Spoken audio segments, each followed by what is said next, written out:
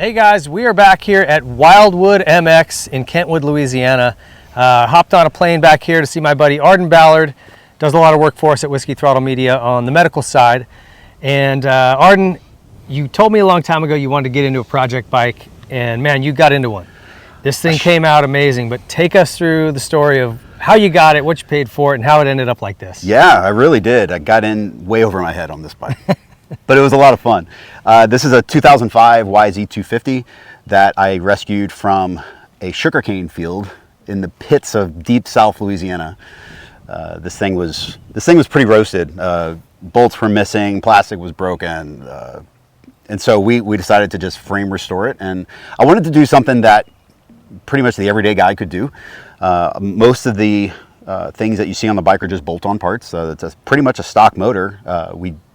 Pro X went through the entire motor with their rebuild kits and their piston, and we had got a new crank from Race Tech, which was balanced and whatnot. And man, she rips. Yeah.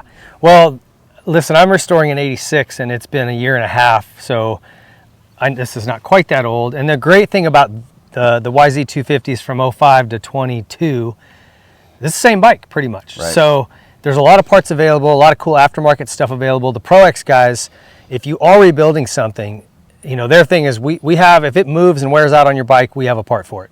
And it's always OEM standard or higher. So they actually make a lot of parts for the OEM. So great stuff to look at if you're getting into one of these. And I really like what you did here on the plastic, because that's the one thing you want to update from these older bikes, is how do you make it look new? And you can do the whole new air box and all that and get the actual modern fit on it. But you went another route, you went with Artec.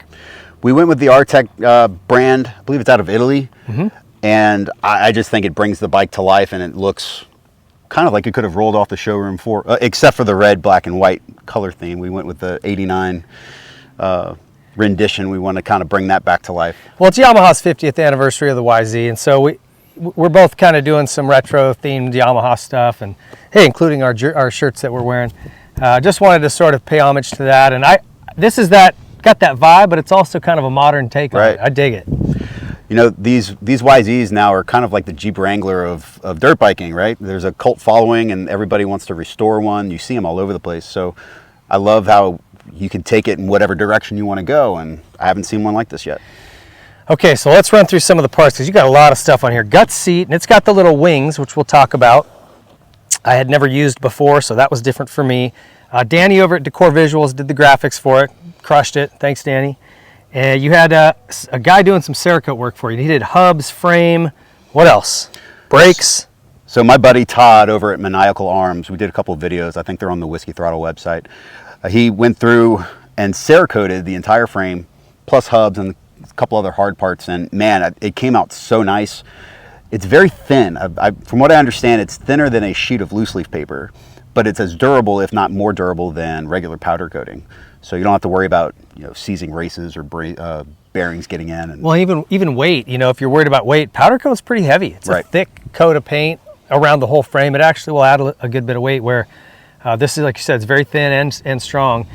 And you went with like a flat red on the frame, and I don't think I've ever seen one done a red frame like this. And so it really stands out, man. It looks good. Todd told me he could do whatever color of the rainbow I wanted, and yeah, I really like that flat kind of color.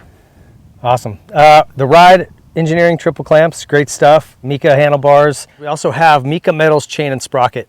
These guys make really great products. They look nice and fit well, obviously durable, so stoked to have them a part of the build. ASV levers, Pro pegs, Boyesen reed block, cover over here, stator cover.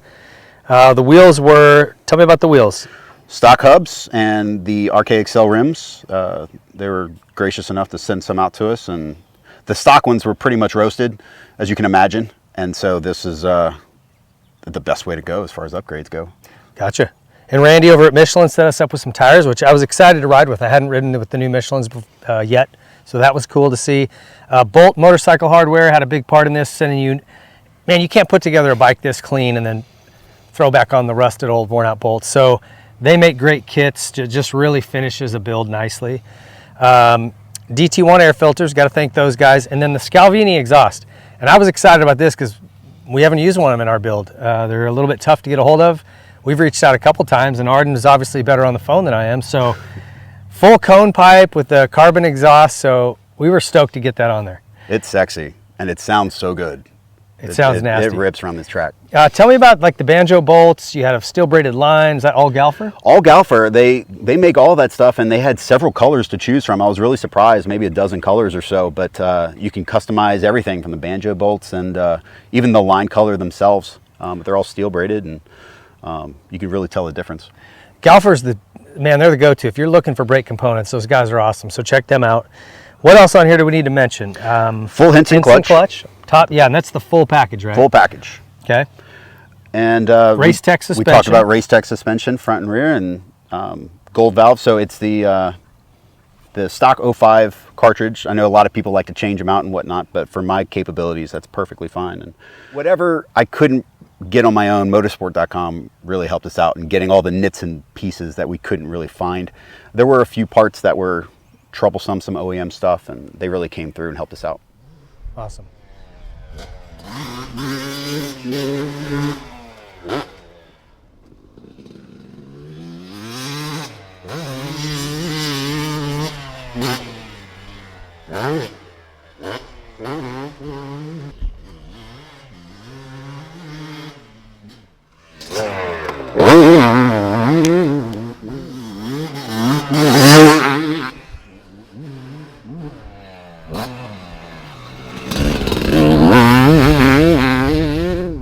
So all these parts and pieces came together. How were they on the track? First of all, Arden is slightly heavier than I am. So this is not valve for me. We got the sag pretty close, about 100, but the spring is just real loose in there. So the suspension was not set up for me. And the track today was groomed and prepped, so not a lot of bumps, which really worked out in my favor. We've used Race Tech stuff before. I know it's great. Arden's gonna love it. It's just set up for him. So I'm not gonna really dive into the suspension. The motor really ran clean, and it's funny with this exhaust, it almost sounds like a big bore. Sounds like a 300 or something, just real throaty and like a deep sound to it, which, you know, half of the fun of riding a two-stroke's the sound. So otherwise, all stock components, stock specs, and these bikes still run really well. I mean, you'll see in the video, like, thing goes. It's a lot of fun to ride, super broad power. It was comfortable. The bars were good. I haven't ridden with these Mika bars, this style, where it actually goes from fat bar to narrow here at the ends, like a little bit different. I haven't ridden with those, and I liked them. Good, nice, good bend. Very low. If you are a taller guy, probably want a riser on those, but worked great. No issues with the levers. Great stuff. The Galfer brakes worked awesome.